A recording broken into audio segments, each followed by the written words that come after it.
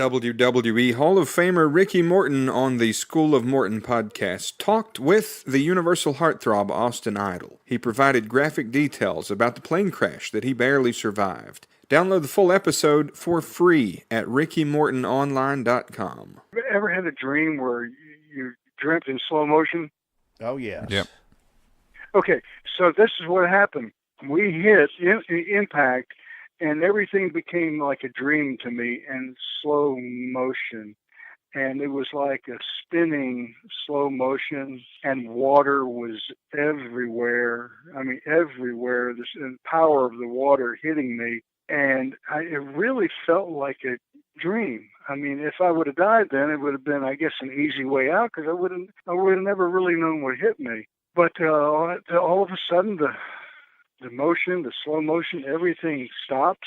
I realized, God, you crashed in the plane, but you're still alive. I still have my senses about me. So you've crashed in the plane, but you're still alive. And I'm still in the cockpit. I was riding shotgun. Bobby was behind me.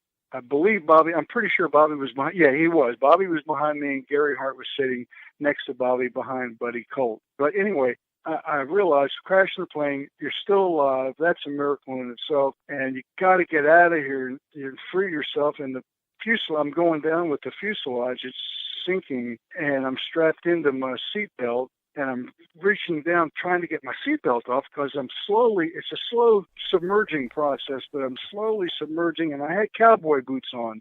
And in the passenger seat with the cockpit up front, you're riding shotgun, you have you have foot pedals.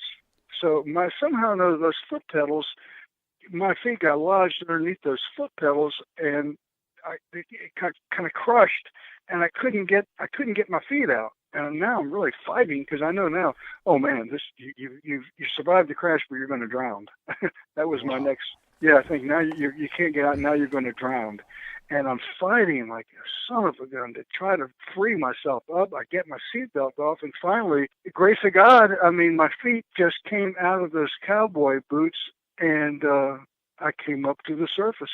So, you're immediately, really, you're in shock. I mean, so you're in shock, but I'll never forget it. Here I am, I'm treading water out in Tampa Bay. Were you really far off the shore? They say, I've heard quarter to half a mile. But I tell you, Ricky, I couldn't tell you. But far enough, I can tell you that. Yes. I mean, I got definitely far enough.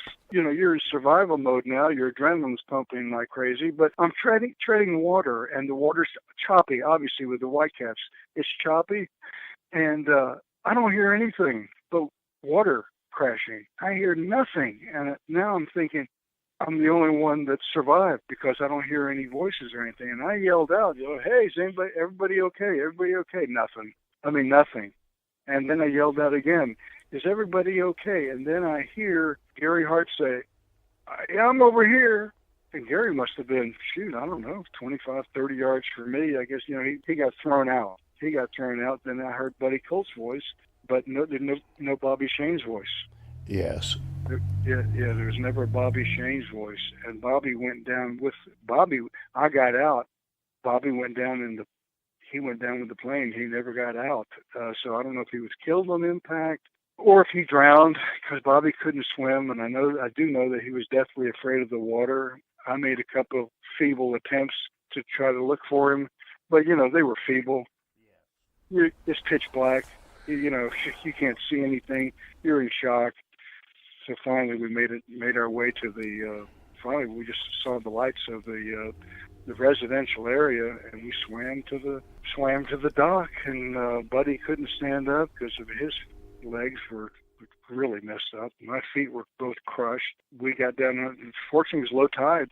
If it had been high tide, I don't know.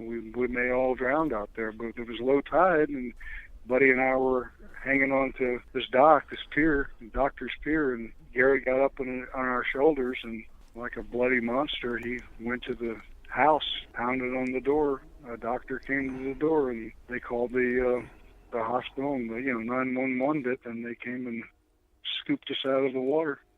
I know by listening to your voice, it's hard to talk about that. Things in our business that we've done on the road.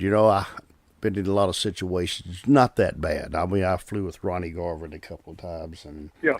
gosh, after that, man, I was commercial all the way. But you know, and I'm sorry for that situation because not only that, you know, in that crash, he lost I think one of the greatest minds in our business that went down with it too. But thank you for telling us that story.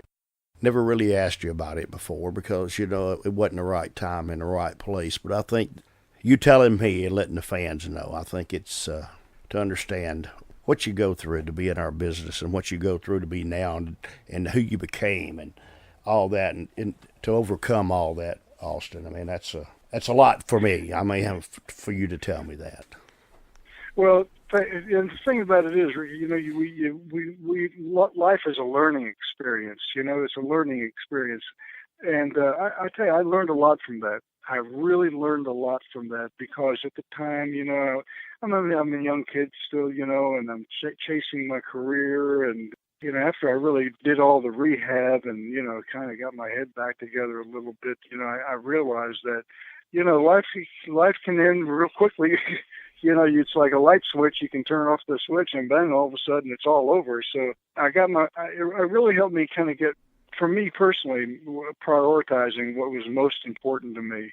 The full episode where Austin Idol also discusses working with Paul Heyman, Vince McMahon Sr., and Captain Lou Albano. Available for free at RickyMortonOnline.com. Click School of Morton Podcast.